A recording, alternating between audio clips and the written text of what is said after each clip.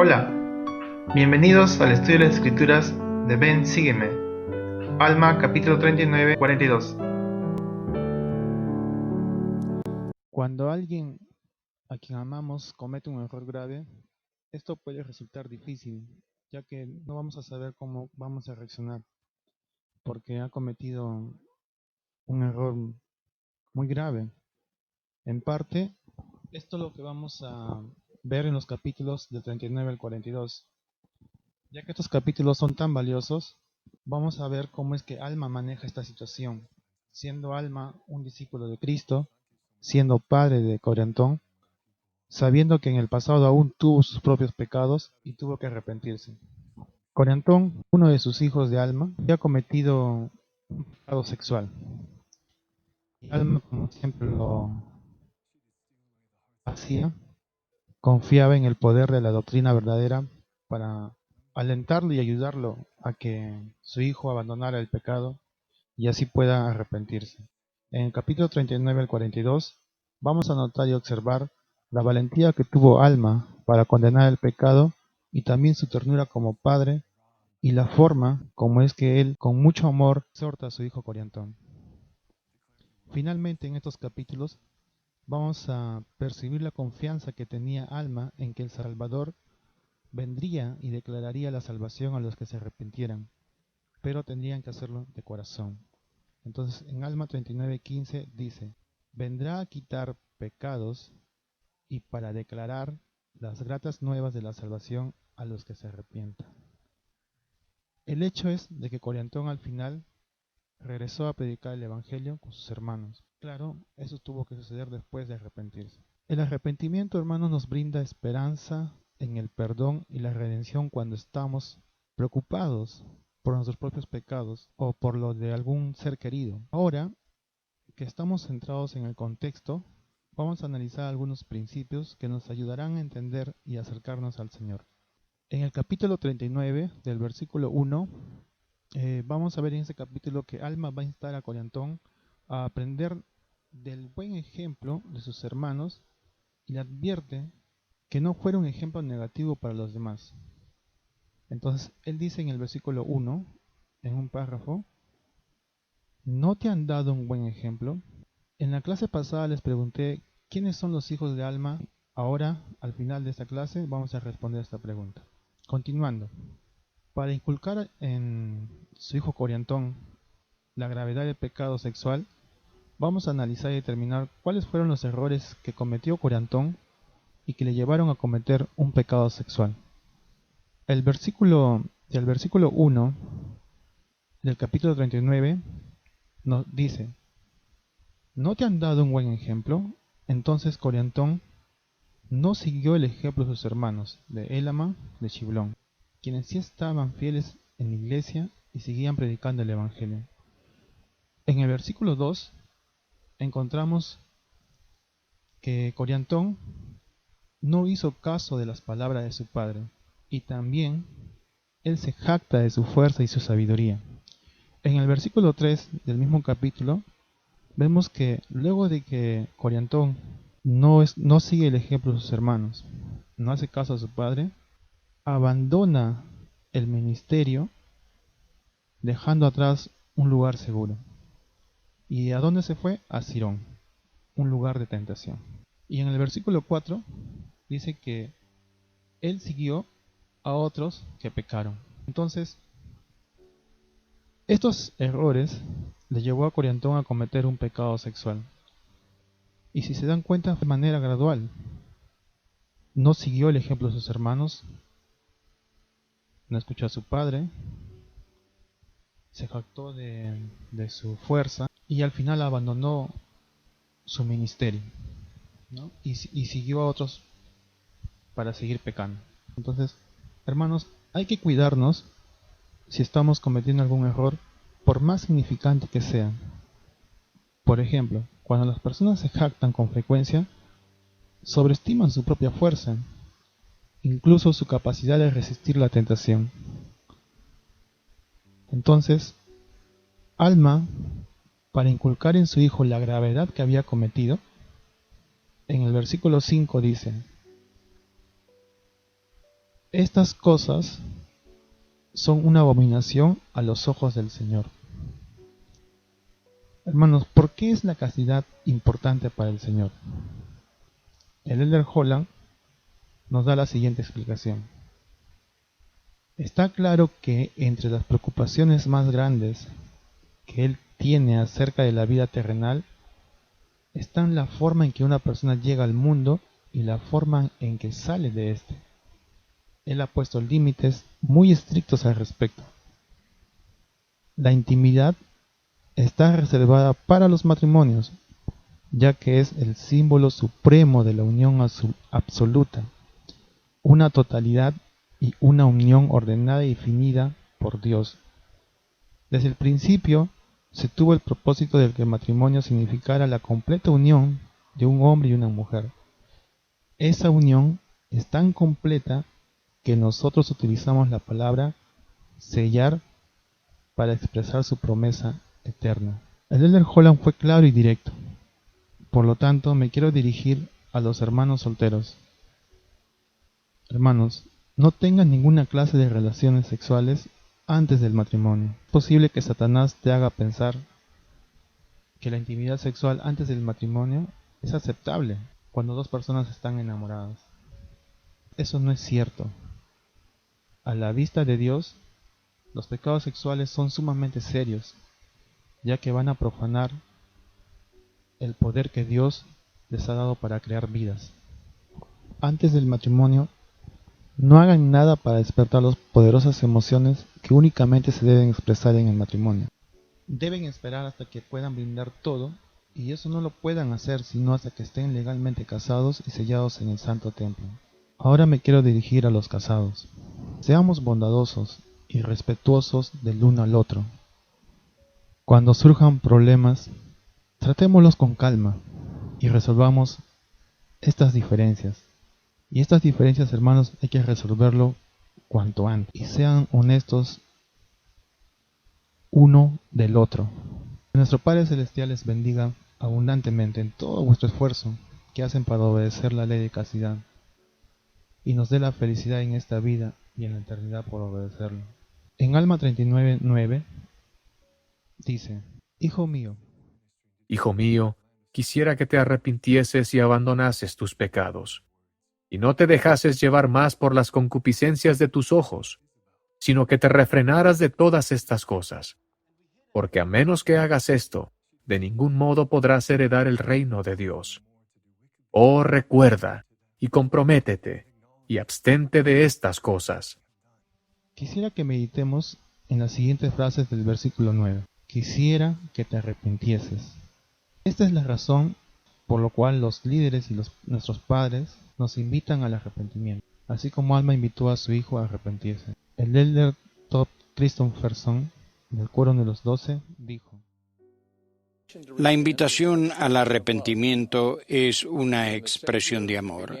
Cuando el Salvador comenzó a predicar y a decir arrepentíos porque el reino de los cielos se ha acercado, era un mensaje de amor invitando a todo el que estuviera dispuesto a hacerse digno para unirse a Él y gozar de las palabras de vida eterna en este mundo y la vida eterna en el mundo venidero. Si no invitamos a otros a cambiar o si no nos exigimos a nosotros mismos el arrepentimiento, no cumplimos un deber fundamental que tenemos el uno hacia el otro y hacia nosotros mismos. Un padre condescendiente, un amigo indulgente, un líder de la Iglesia temeroso que está más preocupado por sí mismo que por el bienestar y la felicidad de aquellos a quienes podría ayudar. Sí, el llamado al arrepentimiento a veces se considera intolerante u ofensivo e incluso puede resentirse, pero cuando es inducido por el Espíritu, en realidad es un acto de interés genuino. Y no te dejes llevar más por las concupiscencias de tus ojos. Hermanos, estos consejos que dio Alma a su hijo nos deben ayudar a que no nos dejemos llevar. Es decir, que no nos dejemos llevar por los deseos del mundo, por el deseo desmedido e incorrecto de los bienes o placeres materiales o carnales. El elder Andersen declaró: la norma de dignidad del Señor no tolera la pornografía entre aquellos que ofician en las ordenanzas del sacerdocio. no solo se refiere a los placeres materiales o carnales, también se refiere a la tecnología que tenemos hoy en día. Debemos cuidarnos de la pornografía, y en especial los hermanos del sacerdocio. Recordemos que tenemos la autoridad, el poder de Dios. Por lo tanto, esto requiere de una gran dignidad. El presidente Gordon B. Hinckley advirtió que la pornografía es como una furiosa tempestad que destruye a personas y a familias y que aniquila totalmente lo que una vez fue sano y hermoso. Debemos cuidarnos, tanto nosotros como a nuestra familia y a nuestros hijos. Siempre debemos preguntar a nuestros hijos qué están haciendo, qué están viendo. Y no está mal, porque somos responsables de nuestros hijos. Entonces, hermanos, debemos tener mucho cuidado en cuanto a esta advertencia que nos da el presidente Hinckley. Y también en ese mismo versículo nos dice, y te refrenarás de todas estas cosas. El verbo refrenarse, en el lenguaje común de inglés, se dice don't cross me. Quiere decir no me contradigas o no me estorbes. La palabra cross se usaba para advertir a las personas en contra de interferir con los planes de alguien, por lo que una manera de entender el consejo de Alma sobre sería prevenir, interferir o abstenerse de cometer pecado. Por ejemplo, el freno de un caballo o bocado es un instrumento que se coloca en la cabeza del animal y tiene una parte que se llama brida que se introduce en la boca del caballo para dirigirlo, y la embocadura, que es una barra transversal que une las camas y descansa en los asientos de la mandíbula del caballo, las cuales dan el control al jinete. La idea de ese freno es dar dirección a los deseos y las pasiones y no destruirnos. Él no dice elimina o siquiera suprímelo, sino refrénalas. Todas esas acciones se aplican bien a lo que uno debe hacer para evitar caer en transgresiones morales. Me ocurrió una pequeña experiencia. En una conferencia, un domingo, un joven se me acercó y me dijo, ¿usted era miembro? Y le dije, sí. Y me dijo, con razón usted era diferente. Debemos siempre ser un ejemplo ante los demás. También debemos ser ejemplo aún cuando nadie nos está viendo, porque recuerden que Dios nos está viendo y observando. El presidente Joseph Fielding Smith advirtió que desviar a las personas de la verdad es muy grave, y dijo, creo que el delito más grande en todo este mundo es apartar de los principios verdaderos a los hijos de Dios.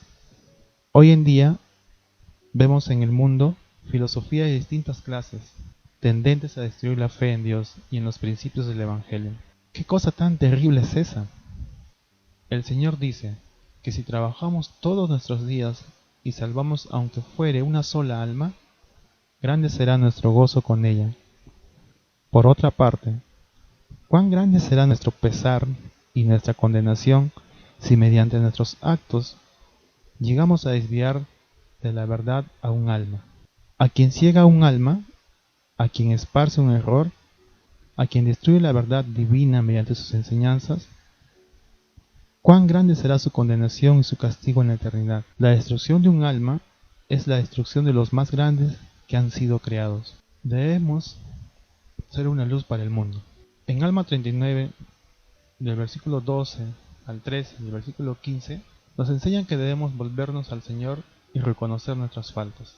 Y eso es lo que Alma enseñaba a su hijo. Él había cometido una transgresión y le estaba enseñando acerca del arrepentimiento y que debería reconocer sus faltas. Si has cometido transgresiones sexuales, inicia hoy el proceso de arrepentimiento, a fin de que puedas tener la conciencia tranquila y contar con la plena compañía del Espíritu Santo. Busca el perdón en el Señor. Habla con tu obispo. Él te va a ayudar a obtener el perdón por medio del Señor. Y este perdón va a llegar siempre y cuando te arrepientas verdaderamente. Y cuando eso suceda, el Señor te acompañará y te fortalecerá. Si te arrepientes de una manera adecuada, vas a sentir paz, ya que esta paz y esta tranquilidad va a ser efecto gracias a la expiación que hizo nuestro Señor Jesucristo. En estos asuntos tan graves, El camino del arrepentimiento no es fácil de comenzar, ni está libre de dolor, pero el Salvador del mundo, Jesucristo, va a estar allí para ayudarte, va a estar allí para sostenerte y va a estar allí para caminar junto contigo. Él te va a fortalecer cuando sientas que estás débil. Él va a ser tu luz cuando estés en oscuridad y tinieblas. Él te va a tomar de la mano y será tu esperanza. Recuerden que la compasión y la misericordia de Jesucristo les va a sanar y les va a purificar, pero eso se dará a todos a los que en verdad deseen un perdón total y den los pasos necesarios para lograrlo. Los principios del arrepentimiento y perdón de alma son los mismos que se aplican a nosotros en la actualidad, por más que las circunstancias fueran distintas a las nuestras. Las enseñanzas de alma demuestran que el Señor está dispuesto a perdonar cuando uno se arrepiente, y eso muestra que hay esperanza para todos los que desean arrepentirse de corazón. En los capítulos 40 y 41 se centran los consejos que le dio Alma a su hijo Coriantón. ¿Alguna vez se han preguntado qué les pasa a las personas después de morir? Coriantón se hizo estas preguntas, o preguntas parecidas, y Alma le explicó en estos capítulos que mediante la expiación de Jesucristo todo el género humano resucitaría. Además, le enseñó a Coriantón acerca del mundo de los espíritus, donde los muertos, de acuerdo con lo que hayan escogido durante su vida mortal, esperan un paraíso o una prisión espiritual hasta la resurrección. Por medio de Alma, Coriantón aprendió que el plan de restauración incluía no solo la resurrección física, sino también una restauración espiritual, por la que recibimos las consecuencias de nuestras acciones y nuestros deseos. Por último, Alma hizo hincapié en la verdad fundamental de este plan de restauración, que la maldad jamás puede conducir a la verdadera felicidad. Imaginen que tienen un amigo que acaba de pasar por la muerte de un ser querido y sabe que tú eres miembro de la iglesia y acude a ti y te hace preguntas. ¿A dónde vamos después de morir? ¿Quiénes van a resucitar? ¿Qué es la resurrección? ¿Existe la reencarnación? ¿Qué diferencia hay en nuestro cuerpo mortal con nuestro cuerpo que va a resucitar? ¿Qué ocurre después de resucitar? Entonces, en el capítulo 40 se van a encontrar las respuestas a estas preguntas. Entonces yo los invito, hermanos, a que puedan leer todo el capítulo 40 y puedan analizarlo. Vamos a ver algunos versículos de este capítulo. Según consta en Alma 40, del versículo 16 al 22, Alma habla sobre la resurrección con respecto al tiempo terrenal. Cuando Jesucristo resucitó, todos los justos le siguieron, desde el tiempo de Adán hasta el tiempo en que Jesucristo resucitó. Alma también hace referencia a esto como la primera resurrección. En Alma capítulo 40 también da una definición de la resurrección. Ustedes saben que la resurrección es la reunión del espíritu y el cuerpo restaurado a su propia y perfecta forma. Y después de la resurrección, cada uno de nosotros va a comparecer ante la presencia de Dios y vamos a ser juzgados. Y todas las personas que mueran van a entrar en el mundo de los espíritus, sean malos o buenos. El elder Neil A. Maxwell, del Quórum de los 12 Apóstoles, dijo: el día del juicio contaremos con una objetividad inclusiva. No solo tendremos lo que el libro de Mormón denomina un vivo recuerdo y un recuerdo perfecto, sino que todo lo dichoso será manifestado y restaurado también. Conoceremos tal como ahora conocemos, veremos ojo a ojo, gracias a una base de datos compartida. Entre todo lo que será restablecido estará la memoria, también incluirán los recuerdos de la vida premortal. Consideren, hermanos, el gozo de que la mente y el corazón van a estar unidos por los recuerdos. Este refrescante torrente de hechos aumentará aún más nuestra gratitud por saber de cuánto tiempo atrás data la longanimidad de Dios y por la amorosa bondad de la expiación voluntaria de Jesús. Entonces, teniendo en cuenta las verdades que Alma enseñó en cuanto a la resurrección, el mundo de los espíritus y el juicio, piensen en cómo esto influye o podría influir en nuestras acciones. Como muchas personas en la actualidad, Coriantón podría haberse preguntado: ¿por qué es importante llevar una vida recta si todos reciben las bendiciones de la resurrección? Coriantón estaba confundido. En el capítulo 41 vamos a aprender cómo Alma enseña a su hijo acerca de las verdades de la restauración. En Alma 41.1 dice: Y ahora bien, hijo mío, tengo algo que decirte sobre la restauración de que se ha hablado, porque aquí algunos han tergiversado las escrituras y se han desviado lejos a causa de esto. Y veo que tu mente también ha estado preocupada en cuanto a este asunto, mas he aquí te lo explicaré. Si nos damos cuenta, la causa de que algunas personas se desvíen de la verdad es que tergiversan las escrituras y los cambian sus significados o a su manera. Entonces Alma le dijo a Coriantón que le iba a aclarar el significado de la restauración. Y sabemos que la restauración es devolver algo a un estado anterior. Alma deseaba que Coriantón comprendiera que hay un aspecto físico y un aspecto espiritual, en lo que él le llamó el plan de restauración. En Alma 41.2 nos enseña que el aspecto físico del plan de restauración que se menciona en ese versículo es que el alma del hombre será restituido a su cuerpo y que el cuerpo le serán restauradas todas sus partes. Y en Alma 40, del versículo 3 al 5, dice: seremos restituidos a la felicidad o la miseria según nuestras obras y nuestros deseos en la vida mortal. Para los hijos de nuestro Padre Celestial, la ley de la restauración depende de la fidelidad en guardar sus mandamientos. Depende de tu fidelidad en guardar sus mandamientos. Y por ello Alma explicó esto a Coriantón, que uno no puede ser restaurado del pecado a la felicidad. En el capítulo 41, en el versículo 10, dice: no vayas a suponer, porque se ha hablado concerniente a la restauración, que serás restaurado del pecado a la felicidad. He aquí, te digo que la maldad nunca fue felicidad. Dígame, ¿alguna vez la maldad fue felicidad? Probablemente sea una felicidad temporal, pero pasa. Nunca va a ser una felicidad eterna.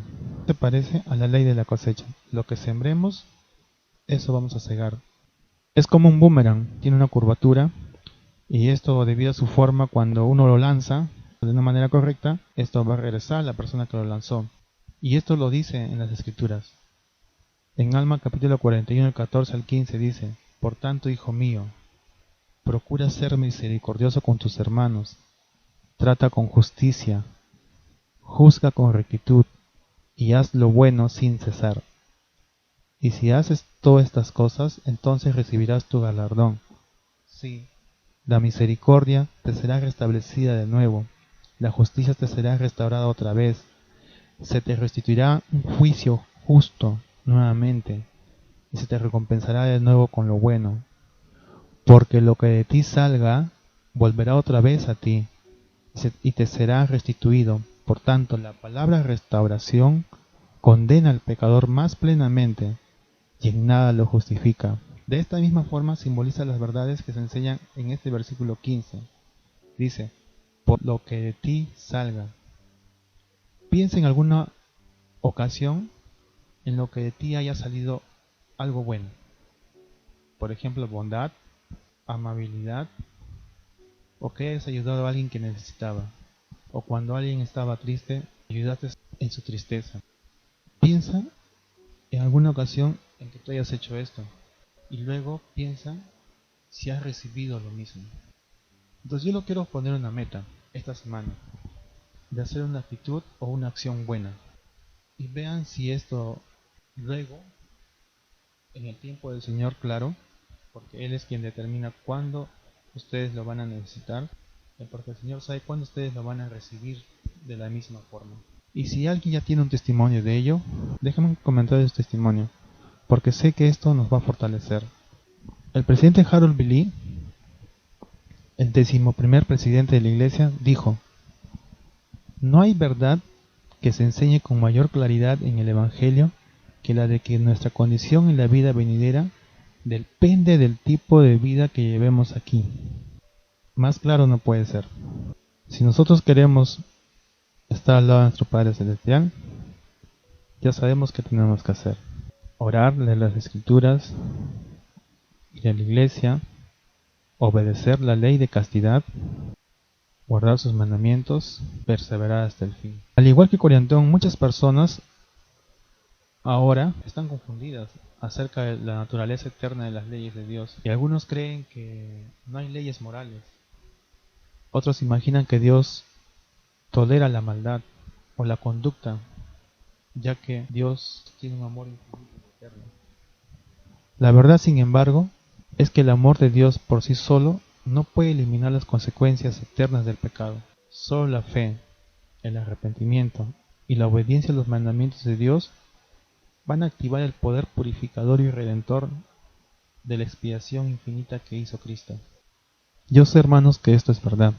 Arrepintámonos de corazón y sigamos el camino para llegar a la salvación eterna. Alma va a concluir esta conversación que tuvo con él en el capítulo 42 y le va a explicar acerca de la misericordia y la justicia. Cómo es que la misericordia actúa a los que cometen pecado, y también le va a enseñar acerca de los castigos que la ley de la justicia exige ante el pecado. Y al final, Alma también testifica de Jesucristo. Recuerden que el Señor es misericordioso con los que se arrepienten de todo corazón. Para entender la misericordia y la justicia, cómo funciona, por un momento, hermanos, cerremos los ojos y meditemos cómo será cuando llegue el momento del juicio final. ¿Cómo creen que será? Una vez que han meditado, cada uno de nosotros analice su vida, cómo se encuentra hasta ahora, y háganse esta pregunta. ¿Desearían que el juicio final sea justo? ¿Y por qué desearías que lo fuera? Ahora pensemos en la palabra justo. El significado de justo incluye el recibir lo que uno merece, ¿cierto? Y este término se relaciona con la justicia. Entonces, en Alma, capítulo 42, del versículo 2 al 11, Alma va a atender la preocupación que tuvo Coriantón y le va a explicar que la caída de Adán trajo sobre nosotros la muerte física. ¿Y qué es la muerte física? Es la separación del cuerpo y el espíritu cuando el cuerpo muere. Y también con la caída de Adán trajo la muerte espiritual. Es la separación de Dios por causa del pecado. Su espíritu se aleja de nosotros. Por eso era necesario que se estableciera un plan por medio del cual puedan rescatar al género humano de su estado caído. Y de no ser así, todo el género humano iba a permanecer en un estado de miseria para siempre. De acuerdo con los demonios de la justicia, ¿no? Pero en Alma 42:12 dice: y no habría medio de redimir al hombre de este estado caído que él mismo se había ocasionado por motivo de su propia desobediencia. Y en Alma 42:14 dice: y así vemos que toda la humanidad se hallaba caída y que estaba en manos de la justicia. Sí, la justicia de Dios que los sometía para siempre a estar separados de su presencia. Entonces, estos dos versículos nos dicen que las consecuencias de nuestra desobediencia exige la justicia. Es decir, si yo he pecado, debo ser condenado. Esa es la justicia, ¿cierto? Si alguien ha robado, tiene que ir a la cárcel. Y según lo que enseñó Alma, ¿qué exige la ley de la justicia cuando una persona es desobediente? Exige que experimentes remordimiento y que seas desechado de la presencia de Dios, ¿cierto? Cuando una persona desobedece los mandamientos de Dios, la justicia te dice que experimentes remordimiento, seas desechado de la presencia de Dios. Meditemos por un momento en una ocasión en la que te hayas lamentado y hayas sentido una gran tristeza, o hayas percibido que el Espíritu Santo no estaba contigo debido a que algo malo habías hecho. Imagina ese sentimiento multiplicado por todo lo que alguna vez has hecho algo mal. Y luego piensa que este sentimiento nunca va a desaparecer. Entonces, según lo que enseñó Alma, nos volvemos a hacer la pregunta: ¿deseas que el juicio final se base únicamente en la justicia? ¿O deseas obtener lo que mereces por las cosas que has hecho mal? Uno de los atributos divinos de Dios es que es justo, y las exigencias de la justicia condenan a cada uno de los hijos del Padre Celestial y no le permiten que ninguno de nosotros muere con él en un estado pecaminoso. Nos hacemos esta pregunta: ¿hay alguna manera de que esas demandas de la justicia sean borradas o no se tengan en cuenta? Algunos quizás responderían diciendo que si nos arrepentimos de corazón, no tendremos que sufrir las consecuencias de nuestros pecados.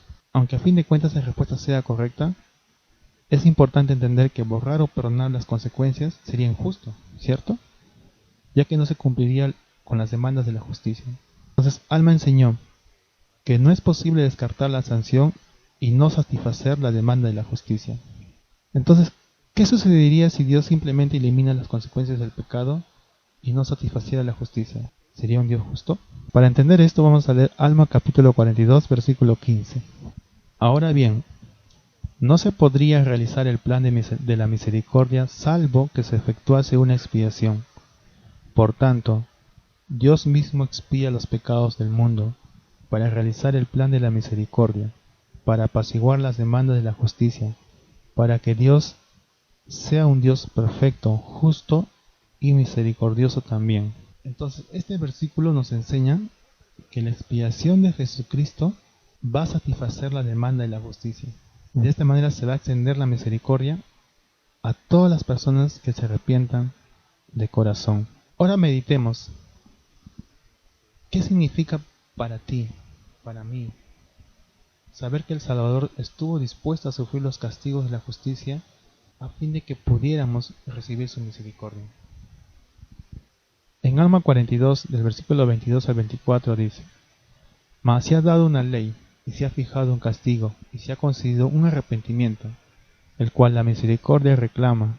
De otro modo, la justicia reclama al ser humano y ejecuta la ley, y la ley impone el castigo, pues de no ser así, las obras de la justicia serían destruidas, y Dios dejaría de ser Dios. Mas Dios no cesa de ser Dios, y la misericordia reclama al que se arrepiente, y la misericordia viene a causa de la expiación, y la expiación lleva a efecto la resurrección de los muertos, y la resurrección de los muertos lleva a los hombres de regreso a la presencia de Dios, y así son restaurados a su presencia para ser juzgados según su obra, de acuerdo con la ley y la justicia. Pues he aquí la justicia ejerce todos sus derechos, y también la misericordia reclama cuánto le pertenece, y así nadie se salva, sino los que verdaderamente se arrepienten. Esa frase, los que verdaderamente se arrepienten, esto es para todos aquellos que se arrepientan sinceramente y de corazón. Un mediador, saben que es una persona que interviene entre dos partes y lo hace con la finalidad de resolver un conflicto. Prestemos atención por qué se requiere el Salvador para que el pecador pueda recibir misericordia. El presidente Walker Packer dice: según la ley eterna, no se puede extender la misericordia a menos que exista alguien tan dispuesto como capaz de tomar nuestra deuda, pagar el precio y arreglar los términos de nuestra redención. A menos que haya un mediador, a menos que tengamos un amigo, verdaderamente deberá recaer sobre nosotros el peso total de la justicia, sin atenuantes, sin simpatía, el precio total de cada transgresión, por pequeña o grande que sea. Se nos arrancará hasta que hayamos pagado el último cuadrante. Pero sepan esto, la verdad, la gloriosa verdad, proclama que existe un mediador. Mediante él se puede extender plenamente la misericordia a cada uno de nosotros, sin temor a violar la eterna ley de la justicia. El alcance de la misericordia no será automático, se hará mediante convenio con él y de acuerdo con sus términos, sus generosos términos. En Alma 42, versículo 23 dice: Mas Dios no cesa de ser Dios, y la misericordia reclama al que se arrepiente. Y la misericordia viene a causa de la expiación, y la expiación lleva a efecto la resurrección de los muertos. Y la resurrección de los muertos lleva a los hombres de regreso a la presencia de Dios, y así son restaurados a su presencia para ser juzgados según sus obras, de acuerdo con la ley y la justicia. Entonces la expiación va a llevar efecto a la resurrección de los muertos. La expiación que hizo Jesucristo al resucitar por todos nosotros fue muy sublime. Su amor de Jesucristo hacia nosotros lo selló con su muerte. Dio su vida, se sacrificó por todos nosotros. Esa expiación que Él tuvo se convirtió en algo grande, un acontecimiento muy grande en la historia, y trajo consigo la seguridad de la resurrección para todos aquellos que hayan vivido o que vivirán sobre la tierra. Y no hay ningún acto en toda la historia humana que se le compara con lo que hizo Jesucristo. Y tampoco hay ningún suceso. Jesús era libre de egoísmo y tenía un amor incondicional por todos nosotros. En Alma 42:30 dice: Oh hijo mío, quisiera que no negaras más la justicia de Dios. No trates de excusarte en lo más mínimo a causa de tus pecados, negando la justicia de Dios. Deja más bien que la justicia de Dios y su misericordia y su longanimidad dominen por completo tu corazón, y permite que esto te humille hasta el polvo. Entonces, hacia el final de sus palabras a su hijo cuarentón, Alma deseaba que Cuarentón entendiera las doctrinas, entendiera los principios, y que no se excusara de sus pecados, sino más bien que los reconociera, y por medio de lo que le ha enseñado Alma, él pueda arrepentirse y pueda tener la misericordia de la expiación. Yo sé del grandioso plan de felicidad, de los poderes de la divinidad, de la misericordia y del perdón, y de la expiación del Señor Jesucristo, todo lo cual tiene un significado sumamente profundo en cuestiones de pureza moral. Ruego que todos, sé que regresaremos a vivir con el Salvador, que si le somos fieles y nos arrepentimos, seremos libres, sin restricciones ni limitaciones. En el nombre del Señor Jesucristo. Amén.